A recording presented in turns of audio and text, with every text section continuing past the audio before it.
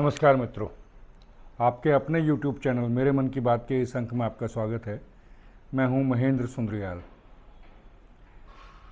अभी परसों जो अमेरिका में पूर्व राष्ट्रपति और मेरे हिसाब से होने वाले राष्ट्रपति इस चुनाव के बाद नवंबर में चुनाव हैं, उसके बाद वही राष्ट्रपति होंगे। तो उन डोनाल्ड ट्रंप पर जो है वो आक्रमण हुआ, उन पर गोली चलाई गई। उस घटना की रोशनी में जो वामपंथी षड्यंत्र है उस पर आज चर्चा करेंगे।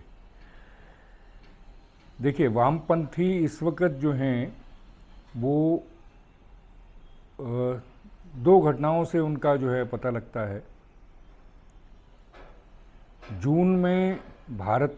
मई जून में जो भारत में चुनाव हुए उसमें उनका नैरेटिव, उसमें उनकी कोशिश, उसमें जो है जितनी सफलता वो चाहते थे या जो एक्सपेक्ट कर रहे थे वो सफलता नहीं मिली है, लेकिन फिर भी उन्होंने जो है वो मोदी की ताकत कुछ कम करने में सफलता पाई है। तो एक ये, दूसरा जुलाई के पहले हफ्ते में पहले इंग्लैंड में, ब्रिटेन में जो है वो चुनाव हुए। तो चुनाव में लेफ्ट लिबरल जो गैंग है वो एक होकर के उन्होंने कंजर्वेटिव्स को हरा दिया। ये दूसरी घटना। फिर फ्रांस में जो है चुनाव हुए, 2 चरणों में चुनाव होते हैं। तो पहला चरण 30 जून को हुआ। 30 जून के चुनाव के बाद उन्होंने जो है सारे वामपंथी दल जो हैं वो सारे एक हो गए, गैंगडअप हो गए। जैसे भारत में हुए थे, जैसे ब्रिटेन में हुए थे, ऐसे ही गैंगडअप हुए और उन्होंने जो है वो जो राष्ट्रवादी जो पार्टी थी मैरिन ला पेन की, उसको उन्होंने रोकने में सफलता हासिल की। अब उसी कड़ी में ये तीसरा है जो डोनाल्ड ट्रंप पर जो अटेम्प्ट हुआ है। एक वीडियो मैं आपको दिखाता हूँ। वॉल स्ट्रीट जर्नल ने ये डाला है, आपको पता है, जाना पहचाना नाम है वॉल जर्नल। तो उसकी ये वीडियो है, आप ज़रा इसका एक अंश देखिए।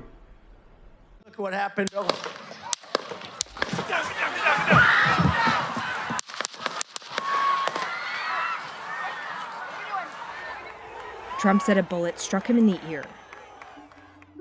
1 minute and 32 seconds before shots are heard, we can see 2 Secret Service sniper teams moving into place on the roofs behind the former president. One on the south roof and one on the north roof, facing the direction of the shooter. It's unclear if they were repositioning or setting up for the first time. And then the worst president in the history of our country took over.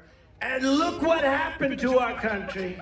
Moments before the shooting, we can hear nearby spectators saying they see someone with a gun.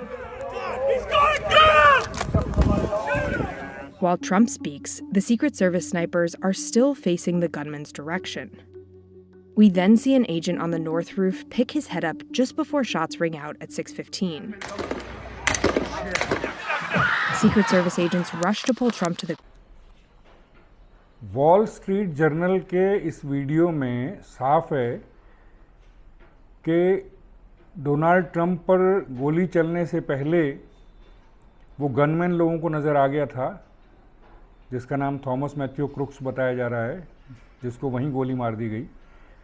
तो वो पहले ही लोगों को नज़र आ गया था। लोगों ने जो सीक्रेट सर्विस को बताया भी था, तो कुछ नहीं किया। दूसरा, जो सीक्रेट सर्विस वाले जो स्नाइपर्स थे, उन्होंने जो है अपनी गन का मुख पहले ही उसकी तरफ कर रखा था, लेकिन तब तक गोली नहीं चलाई जब तक कि उसने ट्रंप के ऊपर गोली नहीं चलाई। ये अपने आप में बहुत बड़ा आरोप है जो इस वीडियो से निकल के आता है, और बहुत सारे प्रश्न हैं इससे जुड़े हुए, लेकिन इस तरह के प्रश्नों का जवाब वहाँ से कोई नहीं मिलेगा नहीं। लेफ्ट लिबरल गैंग जो है मीडिया पर और एकेडमिया पर, इन दोनों पर इन्होंने कब्जा कर रखा है, तो कोई जवाब नहीं मिलेगा। इसकी कवरेज से भी साफ है। जो इंसिडेंट हुआ है, जो गोली चली है डोनाल्ड ट्रंप के ऊपर, जो उनको चोट लगी है, गोली लगी है, उसमें आपने दूसरी गोली का जिक्र भी नहीं सुना होगा किसी से। सबके सब एक ही गोली जो कान पे लगी है उसी का जिक्र कर रहे हैं, लेकिन जो उनकी छाती में गोली लगी है उसका जिक्र भी नहीं है। हालांकि वो जो बुलेट प्रूफ वेस्ट पहनी हुई थी उसका असर नहीं हुआ, लेकिन गोली दूसरी भी लगी है उनको। दूसरा जिस तरह से इसकी कवरेज मीडिया ने की है, किसी ने कहा पॉपिंग साउंड था, किसी ने कहा, किसी का जो हेडिंग थी CNN की हेडिंग थी कि ही फेल डाउन। तो इस तरह की जो है कवरेज जो है they played it down, tried to play it down. कई घंटे तक उसकी पुष्टि नहीं हुई, और जब पुष्टि की भी तो एक जो लेफ्ट लिबरल गैंग का जो मेन जो न्यूज़पेपर है उसकी साइट पे उनकी वो थी कि ट्रंप कह रहे हैं कि उनके ऊपर जानलेवा जो है हमला हुआ है। ट्रंप कह रहे हैं, ये नहीं बताया कि सीक्रेट सर्विस ने कहा है, ये नहीं बताया कि उसके जो है वो वीडियो अवेलेबल हैं क्योंकि लाइव स्ट्रीमिंग चल रही थी, ये नहीं बताया। तो इस तरह से they tried to play it down. अब सवाल ये होता है कि ये सब क्यों हो रहा है, ट्रंप पर ये हमला हुआ तो हुआ क्यों है। देखिए, पिछले 4 साल से जब से बाइडन एडमिनिस्ट्रेशन में आए हैं, प्रेसिडेंट बने हैं, वो टोटली जो है वो बुढ़ापे की वजह से जो है वो इनकोहेरेंट हैं। उनको पता ही नहीं होता वो कहाँ हैं, क्या कर रहे हैं। कई बार गिर चुके हैं, कई बार हास्यास्पद उन्होंने स्थितियाँ जो हैं वो उत्पन्न की हैं अपने बिहेवियर से, उसकी वजह से। तो एडमिनिस्ट्रेशन कौन चला रहा है? एडमिनिस्ट्रेशन पीछे से चला रहे हैं ओबामा। सबको पता है, अमेरिकियों को सबको पता है। दूसरा, जो नीतियां हैं उनकी, उस नीतियों की वजह से वहाँ एक तो इन्फ्लेशन हाई हो गया है, इकोनॉमी का सत्यानाश होता जा रहा है, जो ग्रोथ रेट है जीडीपी की वो कम होती जा रही है, इससे भी लोग त्रस्त थे। फिर जो जैसे कोड में खाज हमारे यहाँ बोलते हैं, वो ये हुआ है कि अभी जो इजराइल और फिलिस्तीन के इस युद्ध के आरंभ के बाद अमेरिका की यूनिवर्सिटीज़ के में जो है जिस तरह के प्रदर्शन हुए हैं, उससे बाइडन के समर्थक भी जो हैं वो ट्रंप की तरफ मुड़ गए हैं। तो अब की बार क्लियर था कि ट्रंप जो है वो जीत रहे हैं और बाइडन जो है हार रहे हैं। तो इस वजह से जो है ये लेफ्ट लिबरल गैंग जो है ये परेशान था,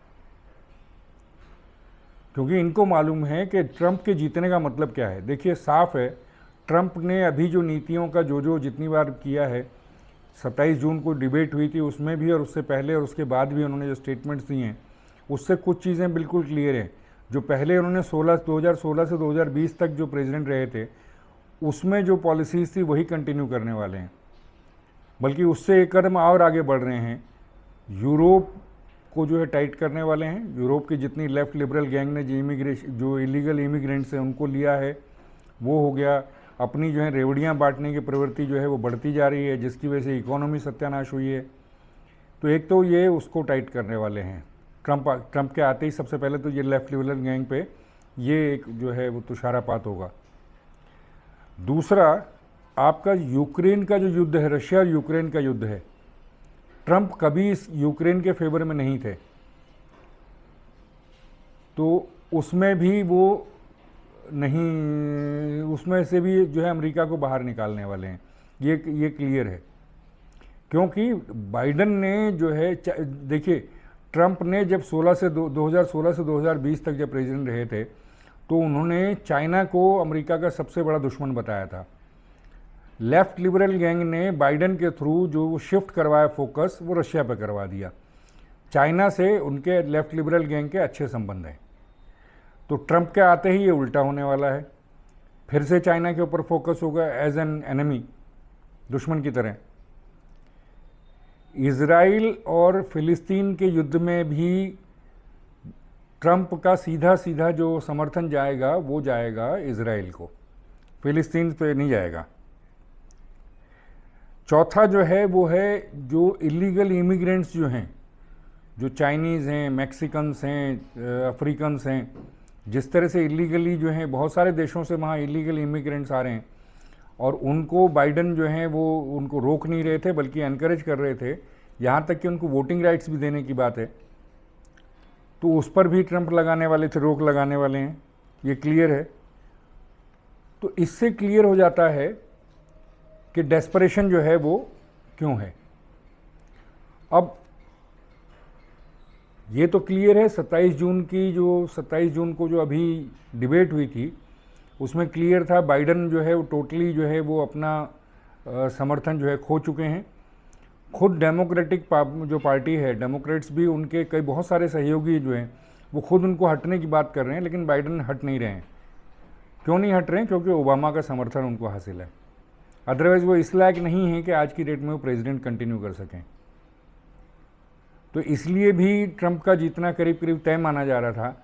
और अब जब ये गोलीकांड हो गया है, अब जब ट्रंप उसमें से सही निकल के आ गए हैं, तो उनका जीतना तय है। बाइडन की हार और ट्रंप का जीतना तय है। तो वामियों का जो षड्यंत्र वहाँ है, उसका ये वाला तो उनके पक्ष में नहीं गया है। अगला जो उनका षड्यंत्र है वो क्या होगा, वो सबको मालूम है क्या होने वाला है, क्या करने वाले हैं ये। अब ये जो मैं कह रहा हूँ, इसकी वजह क्या है और क्यों मैं कह रहा हूँ ये अब अगले अंक में आपसे बता दूँगा। तो इस अंक में इतना ही। अगले अंक में फिर आपसे मुलाकात होगी। नमस्कार।